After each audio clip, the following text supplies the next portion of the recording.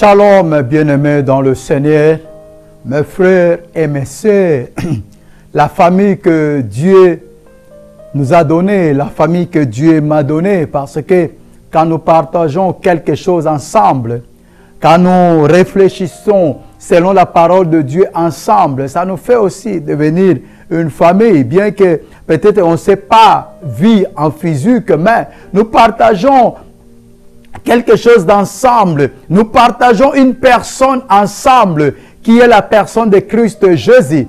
Et je t'invite à ce moment, si tu n'as pas encore, si tu ne fais pas encore partie de la famille de Christ, c'est le temps d'entrer parce que aujourd'hui c'est ton jour, c'est ton temps. Demain, nous ne savons rien. Nous ne savons pas ce qui va arriver dans quelques minutes. Alors, c'est le temps de profiter. Si tu ne fais pas encore partie de la famille de Christ, c'est le moment d'entrer.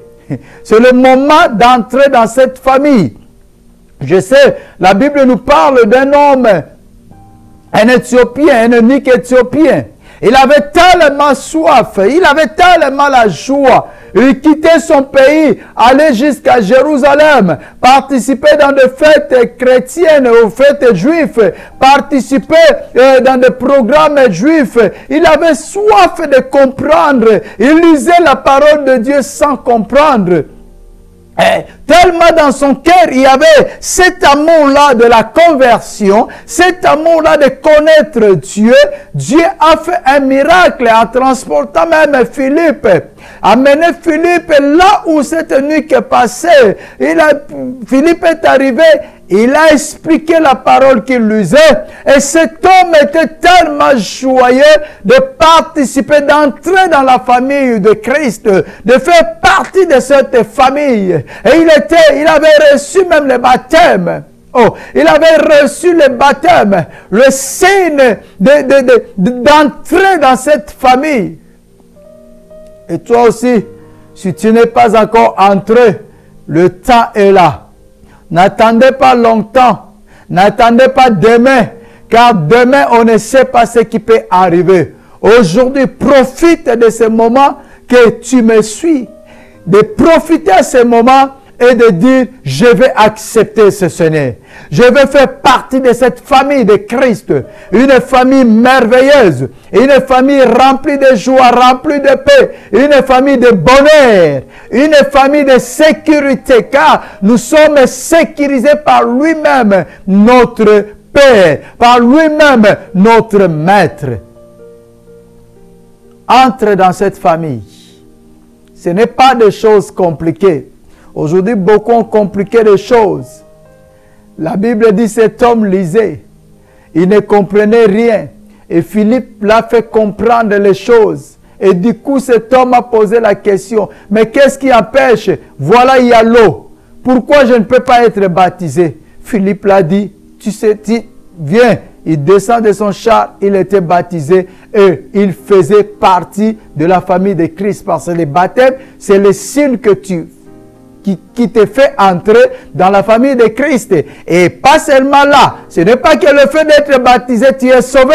Ce n'est pas que le fait d'être baptisé, le paradis est assuré. Non. Il y a une longue chemin. C'est pour cela qu'on appelle cela vie chrétienne. Donc c'est toute une vie. Une vie dont le baptême, c'est le commencement de cette vie-là. De cette vie chrétienne. Et si tu n'es pas encore, fais-la, tu verras combien Dieu est bon, combien Dieu est amour. Bien-aimés dans le Seigneur, je vous salue partout où vous êtes, que la paix de l'Éternel soit avec vous.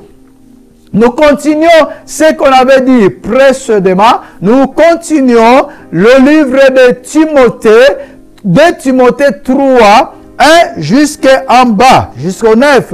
On avait lu ça et nous allons encore le relire parce que c'est important de comprendre le temps que nous sommes.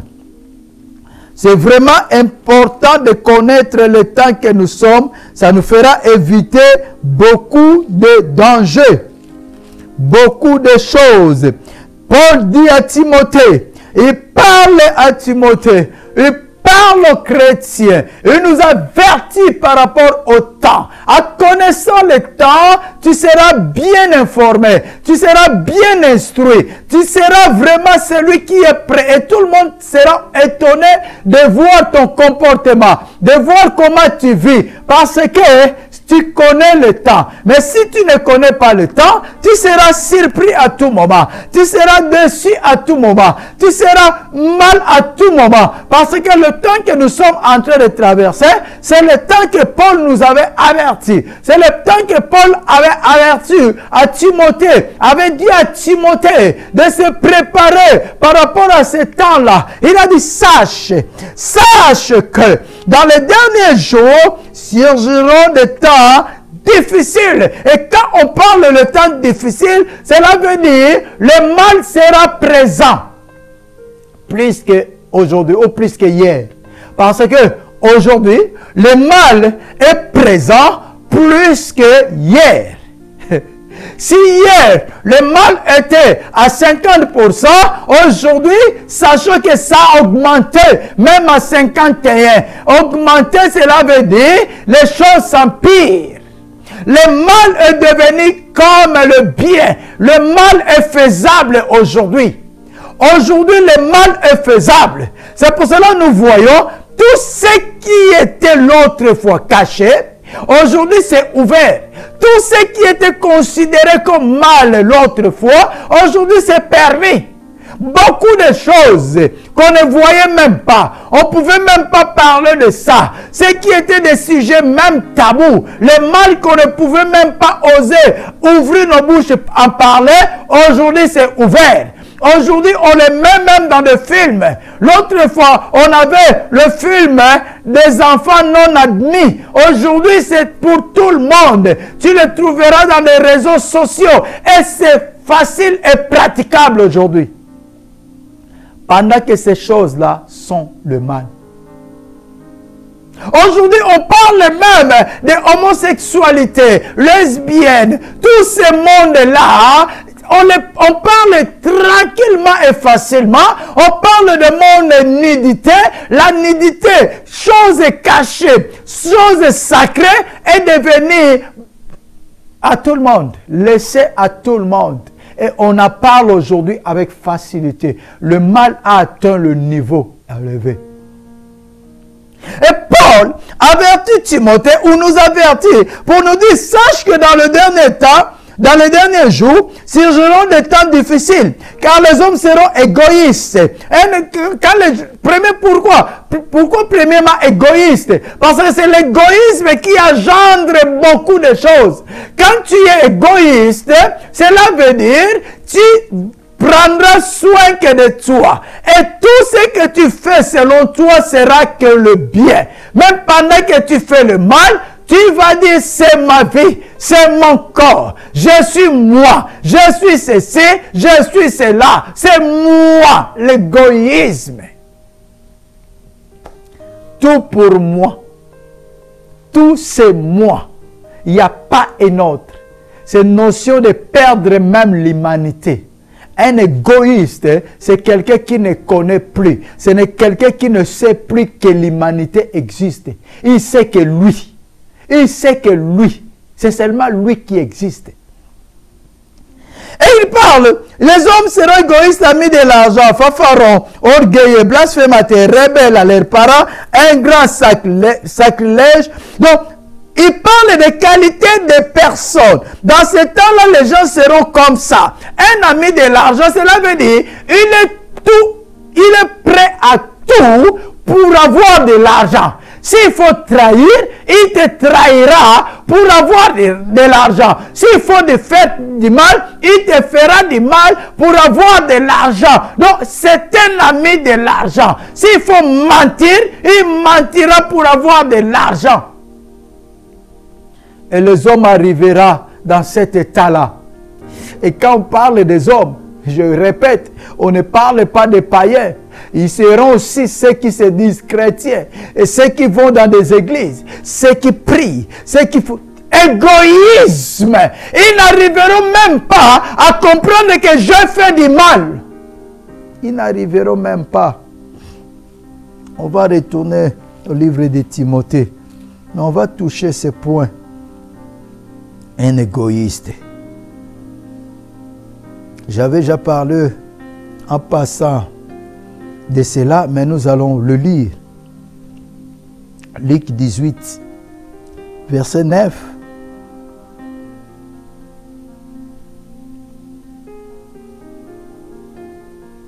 « 18, verset 9, et puis on va descendre jusqu'à 14. Un égoïste. Et ces hommes-là, ce genre de personnes, nous les verrons aujourd'hui, même à l'église, au milieu de l'église, voire même diriger l'église. Les gens sans faute. La Bible dit ceci, Luc 18, 9 à 14. Il dit encore cette parole pour certaines personnes qui se persuadaient d'être justes et qui méprisaient les autres. Deux hommes montèrent au temple pour prier. L'un était pharisien et l'autre péager. Le pharisien debout priait ainsi en lui-même, en égoïste. Oh Dieu, je te rends grâce de ce que je ne suis pas comme le reste des hommes qui sont pardonnez-moi. Oh Dieu, il prie. Oh Dieu, je te rends grâce de ce que je ne suis pas comme le reste des hommes qui sont accapareurs, injustes, adultères ou même comme ces péagers. Je jeûne 2 fois la semaine. Je donne la dîme de tous mes revenus. Le péager se tenait à distance, n'osait même pas lever les yeux au ciel, mais se frappait la poitrine et disait, « Oh Dieu, sois apaisé envers moi, pécheur. » Je vous le dis, celui-ci descendit dans sa maison justifié plutôt que l'autre, car quiconque s'élève sera abaissé et celui qui s'abaisse sera élevé. Égoïsme amène les gens de ne même pas rendre compte du mal qu'ils font aux autres. Cet homme se présenta devant Dieu comme juste. Il n'arrivait même pas à se rendre compte qu'il est pécheur, car nous sommes tous pécheurs. La Bible dit, tous sont péchés, ont été privés de la gloire. Tous sont péchés. Je parle ici des péchés plus involontaires, parce qu'il y a ceux qui pêchent involontairement, il y a ceux qui pêchent sans se rendre compte, il y a ceux qui pêchent sans préparer. Mais le péché préparé, le péché comploté, arrangé, ça c'est très dangereux. Et quand la Bible parle que tous sont péchés, cela ne veut pas dire que tous ont comploté, tous ont planifié le mal. Non. Mais il y a des péchés, ceux qui n'étaient pas planifiés. Donc juste une erreur, tu as parlé quelque chose de normal et ça fait mal à l'autre. C'est un péché parce que tu as fait mal à l'autre. Et la Bible dit, donc lui, il est devenu devant Dieu juste. Regarde comme je suis. Moi je suis ceci. Je jeûne 2 fois par semaine. Je donne la dîme de tous mes revenus. Je ne suis pas comme l'autre là. L'égoïsme. L'égoïsme. Et cet homme-là, avec cet aspect, avec cette attitude, il ne peut pas pardonner les autres. Il sera là pour accuser les autres et non leur pardonner. C'est ce qu'il a fait. Il a accusé l'autre. Je ne suis pas comme cet homme qui est à côté de moi. Moi, je suis différent de lui.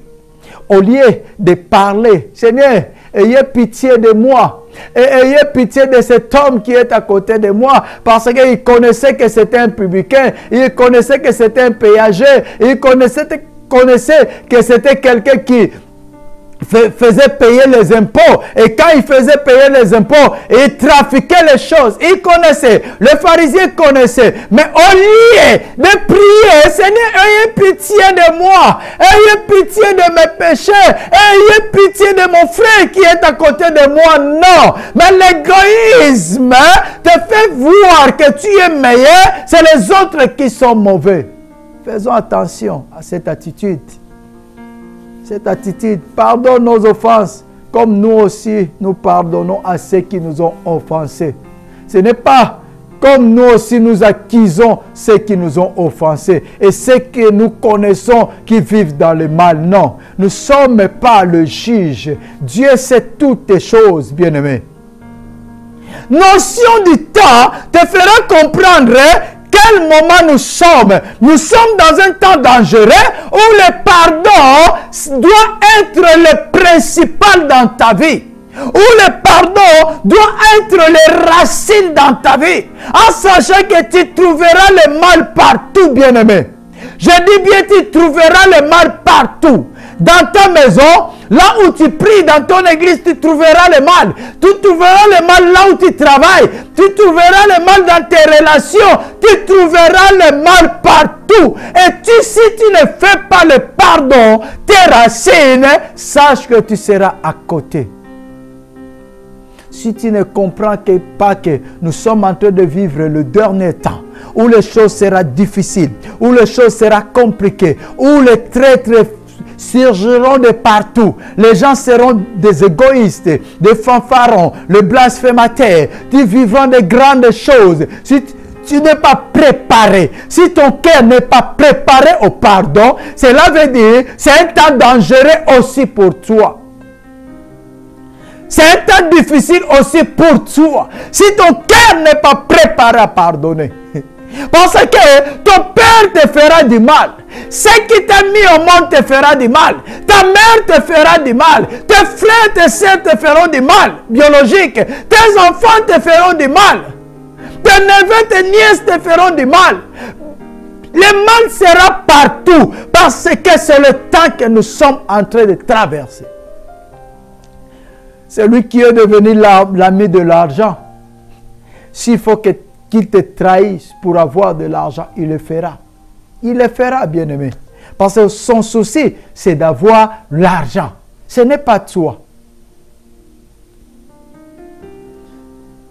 Ce n'est pas toi. Tu n'es pas la priorité. La priorité, c'est l'argent. La priorité, c'est l'hypocrisie. La priorité, c'est de faire du mal. Il y a les gens qui auront ce goût de faire du mal aux autres. Les gens qui auront le goût de ne pas te voir prospérer, de ne pas te voir vivre dans la joie, de ne pas te voir vivre dans la paix. Il y aura ces personnes-là dans ce temps que nous traversons. Et si ton cœur n'est pas préparé à pardonner, si tu n'as pas les racines du pardon en toi, ça sera très difficile pour toi, mon frère. Et tu risques beaucoup même de te retrouver en enfer. Tu risques beaucoup que tes prières soient bloquées. Tu risques beaucoup que tes choses n'avancent pas. Parce que manque de pardon, manque de pardonner, ça bloque tout. Pardonne-nous nos offenses, comme nous aussi nous pardonnons à ceux qui nous ont offensés. Si nous ne pardonnons pas à ceux qui nous ont offensés, comme Christ a continué, si vous ne pardonnez pas ceux qui vous ont offensés, ceux qui vous ont fait du mal, votre Père ne vous pardonnera pas, ne vous pardonnera non plus. Pourquoi? Parce que vous n'avez pas fait votre part. C'est nous qui devons commencer à pardonner afin que nous puissions aussi recevoir le pardon de Dieu, le pardon du Père, le pardon qui vient du ciel. Si nous ne pardonnons pas, nous aussi, nous n'allons rien recevoir. Une puissance qui libère le pardon. Une véritable puissance qui libère. C'est lui qui est enraciné dans la notion de pardon, c'est lui qui pardonne facilement, c'est lui qui pardonne sans compromis, c'est lui qui pardonne sans rien. Donc il libère son cœur, il libère sa vie du danger, il libère son corps du danger, et cette personne-là reçoit beaucoup du Seigneur parce qu'il comprend, il connaît ses notions. C'est vraiment la clé de beaucoup de choses. Avoir pardonné les autres facilement. Avoir le cœur de pardonner les autres facilement. C'est la clé de beaucoup de choses. Bien-aimés, retenez ceci. Retenez vraiment ceci. Là où on parle de cette typologie de personnes, c'est dangereux.